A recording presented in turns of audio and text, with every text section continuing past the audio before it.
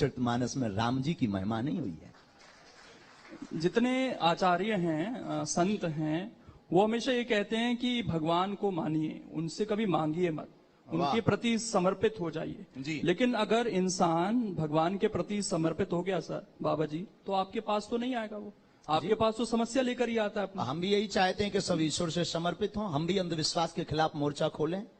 दरबार लगाने का ध्येय और सिद्धांत यही है कि इंसान कतई भगवान नहीं हो सकता। तमाम जो संत हैं वो ये कोशिश कर रहे हैं कि भाई आदमी खुश रहे, तमाम मोह माया से ऊपर आए, भगवान के प्रति समर्पित हो जाए, लेकिन हो नहीं पा रहा। आपके पास जो आते हैं वो ज्यादातर दुखी लोग ही आते हैं। हाँ, आना भी चाहिए, स्वागत है उनका। हमारी दृष्टि में अब महापुरुषों की बात अलग है, संतों की बात अलग है। संत जो कह रहे हैं वो बहुत ऊंचा ज्ञान है, बहुत अद्भुत ज्ञान है। उस ज्ञान में हमारे जैसे लोग तो पढ़ पाना बड़ा मुश्किल है।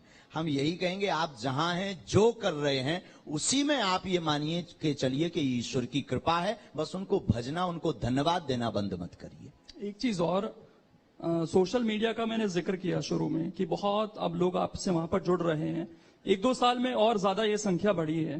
लेकिन एक चीज ये भी कही जाती है आपके बारे में कि आपको भी पता चल गया है कि सोशल मीडिया पर बने कैसे रहना, और इसके लिए आप एक से एक बयान देते रहते हैं। आप लोगों को कहते हैं कि बुलडोजर खरीद लीजिए घर में। हमारा न्यूज में बने रहने के लिए कोई भी बयान नहीं है, ना हम कभी ये चाहते हैं कि हम फ्रेम में बने रहें या टीवी में बने रहें। बुलडोजर वाले बयान का अगर आप जिक्र कर रहे हैं तो देखिए, हमारा वह बयान एकदम अहिंसक था, अहिंसक। उसमें हिंसा को लेस मात्र स्थान नहीं था, उसमें सिर्फ धर्म की रक्षा के लिए बात की थी। राम हमारे इष्ट हैं, आराध्य हैं, पूरे विश्व के पूज्य हैं, और कोई आपके पिता के ऊपर पत्थर मारे, और संविधान ये काम नहीं कर पा रहे हैं। एक मिनट, आपके पिता के ऊपर कोई पत्थर मारे या मारने आ जाए तो उसकी रक्षा करने की आजादी संविधान ने भी दी है। तो हमने सिर्फ रक्षा की बात की। हर घर में बुलडोजर खड़ा हो जाना चाहिए इस हिसाब से। बिल्कुल, अगर आपके पिता पर कोई मारे, पुलिस जब तक आएगी तब तक तो मर्डर हो जाएगा। पुलिस प्रशासन, सरकार, कानून, कोर्ट, जरूरत नहीं है। जब बाद में फोन लगाएंगे, जब पुलिस आएगी, जब फोन लगाएंगे तब आएगी। ये कहा जाता है कि अगर एक कातिल को आप सजा देना चाह रहे हैं, मतलब उसको मार दे रहे हैं, तो आप दूसरे कातिल बन जा रहे हैं खुद। तो ये तो उसी वाली नहीं, लिस्ट में जा रहे हैं। अहिंसक, हम तो वसुदेव कुटुंबकम की चर्चा करते हैं। कैसे अहिंसा कैसे होगी सर बुलडोजर? अहिंसा पूर्ण रूप हमने बयान दिया। बुलडोजर का मतलब आत्मरक्षा के लिए अपने पास व्यवस्था रखना। अगर आपको दिक्कत है कि आपको डर है तो आप क्रेन रख लो।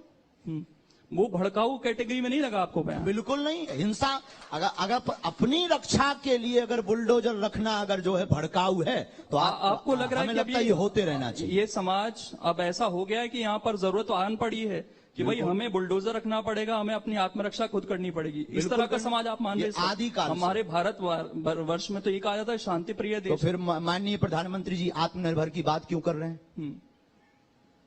नहीं तो वो आत्मनिर्भरता अलग है ना। अगर वो कह रहे हैं आत्मनिर्भर बनो, तो हम भी रक्षा के लिए आत्मनिर्भर बन रहे हैं। नहीं तो फिर इंसान खुद पुलिस बन जाए, ये कहना चाह रहे हैं? इंसान पुलिस नहीं, कानून को हाथ में नहीं लेना। आत्मरक्षा के लिए कोई भी वस्तु रखना। ये गन क्यों दी जाती है? गन का लाइसेंस क्यों दिया जाता है? ये बंद करवाओ, पुलिस के पास तो खुद है। और भी आपके बताइए अगर हम गलत बोले। और भी बयान है आचार्य जी, आप जो आपके अनुयायी